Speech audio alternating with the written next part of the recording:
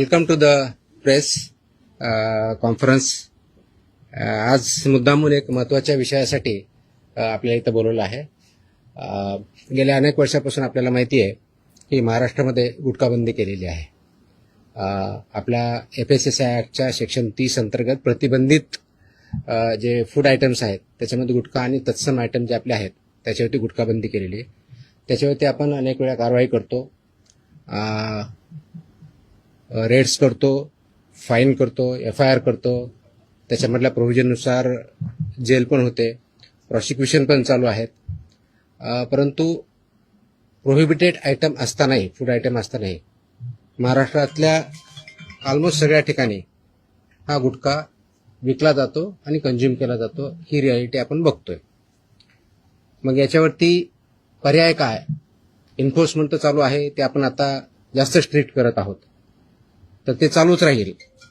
परंतु याच्यावरती काही डेटरन्स असा क्रिएट करता येईल का की ज्याच्या माध्यमातून, कारण प्रोड्युसर तर इथं नाही आहेत प्रोहिबिटेड असल्यामुळं, ते बाहेरून आपण जे याच्यामध्ये इन्व्हॉल्व असणारे बिझनेसेस आहेत, बिझनेस पर्सन्स आहेत, ट्रान्सपोर्टर्स आहेत, रिटेलर्स, होलसेलर्स, सेलर्स, हे त्याच्यामध्ये इन्व्हॉल्व आहेत. त्या प्रकारचे एक रॅकेट आहे आणि ते जर उद्ध्वस्त करायचे तर आपल्याला खूप मोठ्या प्रमाणात स्ट्रॉंग स्टँड घेणं हे गरजेचं आहे. ह्या निष्कर्षापर्यंत शासन पोहोचलेलं आहे आणि म्हणून मध्ये बऱ्याच वेळेस याच्यावरती डिस्कशन पण झालं की काय केलं पाहिजे. आणि मी इथं जॉईन झाल्यानंतरही याच्यावरती आम्ही विचार केला काय करता येईल, कारण याच्यामध्ये this is a danger to public health आणि म्हणूनच तो आयटम प्रोहिबिट केलेला आहे. जर पब्लिक हेल्थला जर डेंजर असेल आणि तो आयटम प्रोहिबिट केलेला असेल तरीही त्याचा व्यापार होत असेल, तिथं ट्रान्सपोर्ट होत असेल, होलसेलर विकत असतील, सेलर विकत असतील आणि तो अवेलेबल होत असेल, तर त्याच्यावरती स्ट्रिंजेस्ट पॉसिबल ॲक्शन घेणं गरजेचं आहे.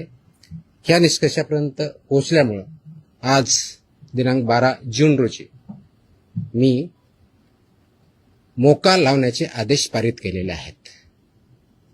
So we have issued the order saying that MCOCA provisions will be, MCOCA कायदा, मकोका ज्याला आपण म्हणतो, Maharashtra control of organised crimes act 1999, हा आम्ही इन्व्होक केलेला आहे. ही माझी त्याची ऑर्डर आहे इश्यू केलेली.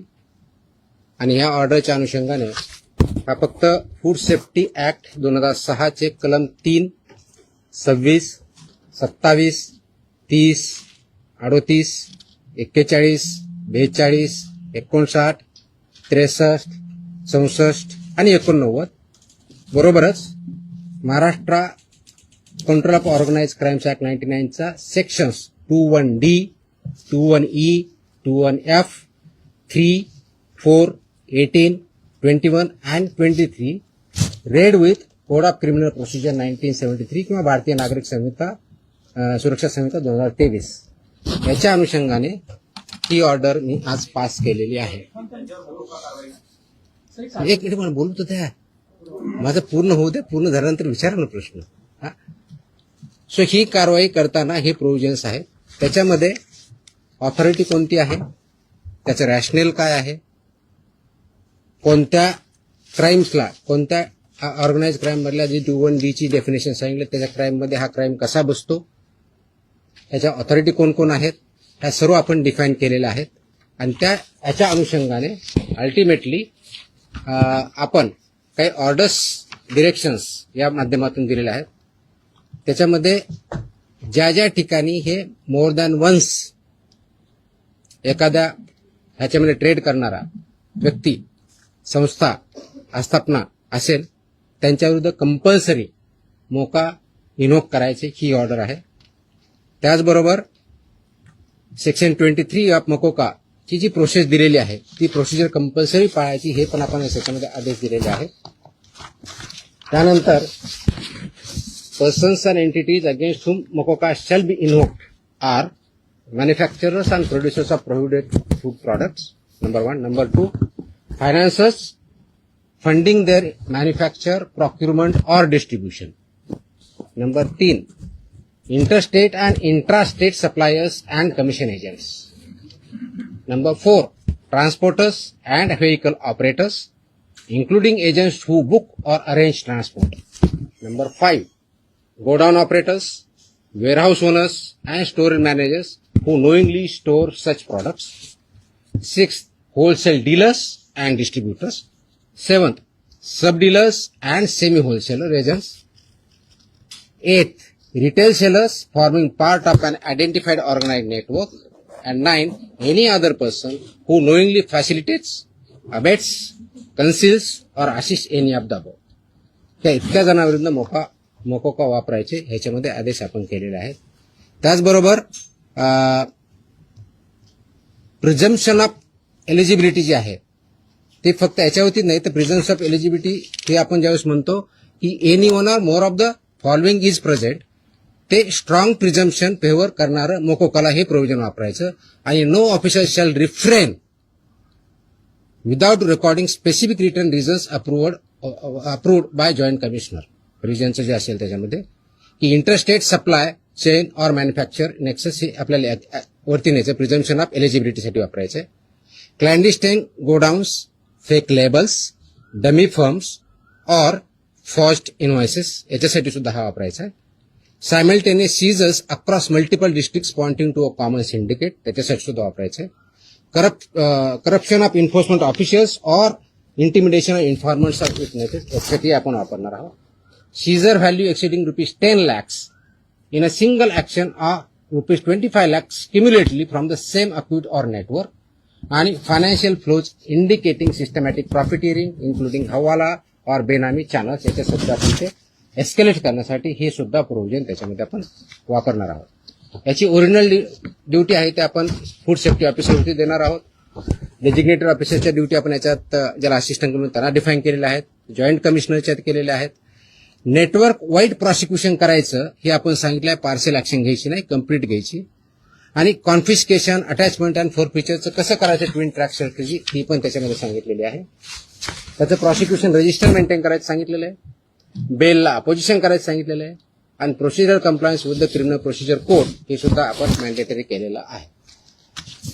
याचा सर्वांचा ऑब्जेक्टिव्ह जो आहे बेसिकली आपण मोका का वापरतोय कारण हा स्ट्रिंजंट लॉ आहे, आय अंडरस्टँड. आणि त्याचं म्हणूनच खूप थॉट करून विचार करून याच्यावरती कायद्याचे जे कलम आहेत, सेक्शन्स आहेत त्याचा अभ्यास करून this order is basically done to prosecute in the interest of food safety in violation but as an organized crime against public health.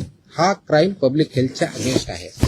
आणि आर्टिकल 47 ऑफ द कॉन्स्टिट्यूशन जे आहे ते स्टेटला मॅन्डेट करतं. That is where my order begins with. आणि तुम्हाला copy me देईलच, press note बरोबर ही copy पण असेल so that you can go through that order.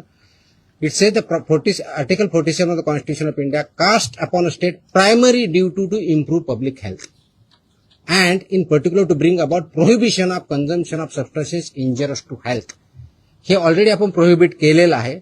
त्याचं इम्प्लिमेंटेशन व्हावं, पब्लिक हेल्थ इम्प्रूव्ह व्हावं आणि पब्लिक हेल्थ जी इंडेंजर होते ते कंट्रोल करता यावं या दृष्टिकोनातून मोकोका कायद्याचे प्रोव्हिजन हे प्रोहिबिटेड आयटम जे 32 म्हणजे फसाई ऍक्टच्या सेक्शन 32 अंतर्गत जे आपण प्रोहिबिट केलेले आयटम आहेत त्यांच्यावरती आजपासून म्हणजे अगोदर लागू करू शकलो असतं पण आज आपण ती ऑर्डर काढलेली आहे and it will be implemented completely across the state of Maharashtra. Sir, जो कायदा केंद्राचा फॉरवर्ड सुरू करते दुकानामध्ये पान मसाल्याची पुड्या आणि सुती पुडी जे ते मिक्स केल्यानंतर गुटख्यासारखा पदार्थ तयार होतो. अशा पद्धतीने चालकीला कसं रोखलं जाणार कारण तो स्पेसिफिकली गुटखा या टायटल खाली विकला जातो. त्याच्यामध्ये मिसलिडिंग ऍडव्हर्टाइजमेंट ऍक्ट आहे. तुम्हाला काही दिवसापूर्वी कारवाई केलेली बघितली. फसाईमध्ये सुद्धा मिसलीड करणं, लेबलमध्ये चुकीची माहिती देणं, इन्ग्रेडियंट चुकीचे असताना वेगळा क्लेम करणं हा सुद्धा गुन्हा आहे. त्यानुसार आपण कारवाई करतो त्याच्यावरती.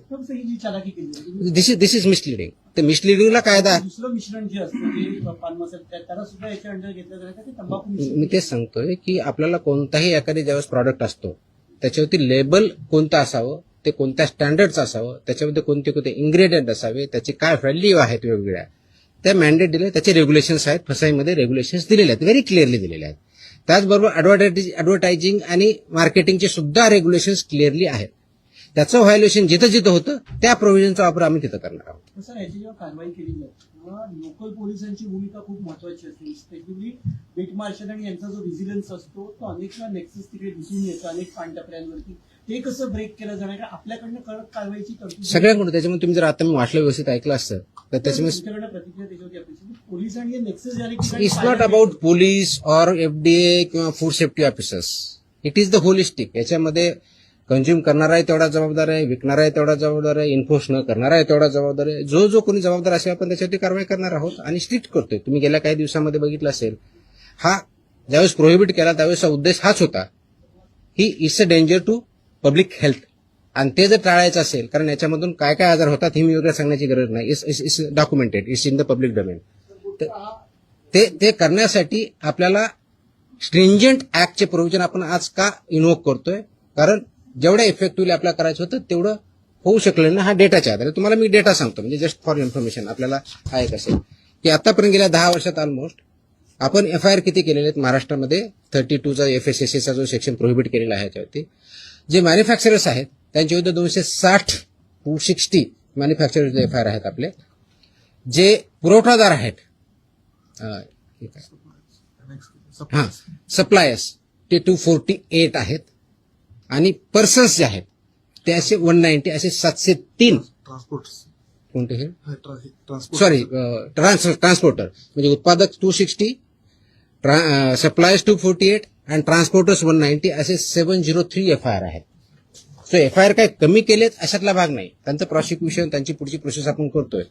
पण आपल्याला अजूनही त्याच्यामध्ये कम्प्लीट याच्यामधून खरोखरच हद्दपात करण्याच्या दृष्टीने याच्यातून झाला नाही तर पुढची स्टेप आपण घेतोय आणि ती आज आपण घेतलेली आहे. Yes please. पदभार स्वीकारला एक मिनिट. गुटखा हा 2 नंबर धंदा आहे आणि याच्यामध्ये खूप मोठं अर्थकारण आहे आणि ज्याच्यामध्ये पोलीस प्रशासन सुद्धा मोठ्या प्रमाणात खास करून बॉर्डरवरचे जे जिल्हे आहेत किंवा बॉर्डरवरचे जे पोलीस स्टेशन आहेत तर तिथून मोठ्या प्रमाणात गुटखा सप्लाय होतो. आता मी ज्या भागात धाराशिव जिल्ह्यामध्ये पोलीस स्टेशनच्या मोठ्या प्रमाणात पोलीस प्रशासन काही गाड्या पकडतं काही गाड्या सोडतं असे पण आपण मी जे सांगितलंय की दोज हु आर रिस्पॉन्सिबल त्यांच्यावरती आपण कारवाई करणार कुणी असू द्या.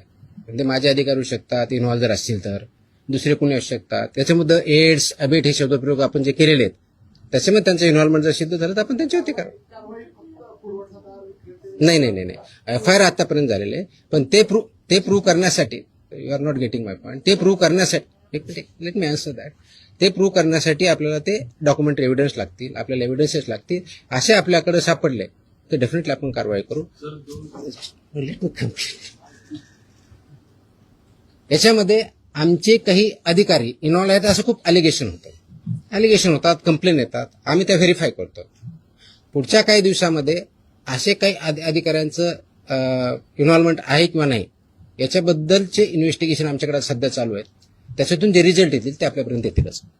तर आपण पदभार स्वीकारल्यापासून अनेक कारवाया केलेल्या आहेत. आतापर्यंत जेवढ्या कारवाया झाल्या साधारणपणे किती कारवाया झाल्या, किती तो डेटा मी प्रेसमध्ये दिलेला आहे ना. नाही मी डेटा मी प्रेसमध्ये दिलेला आहे. टीव्हीला त्या बाईट स्वरूपातला नाही टोटल आता ठळक काही कारवाया केल्या तर खूप केल्यात. दररोज मी प्रेस देतोय. झालेली अटक आणि किती आहे किती गुन्हे दाखल झाले? देतो बघतो. Yes please. प्रोहिबिटेडची एका वेळेस एक minute. I answer every question. Let me I come to. हा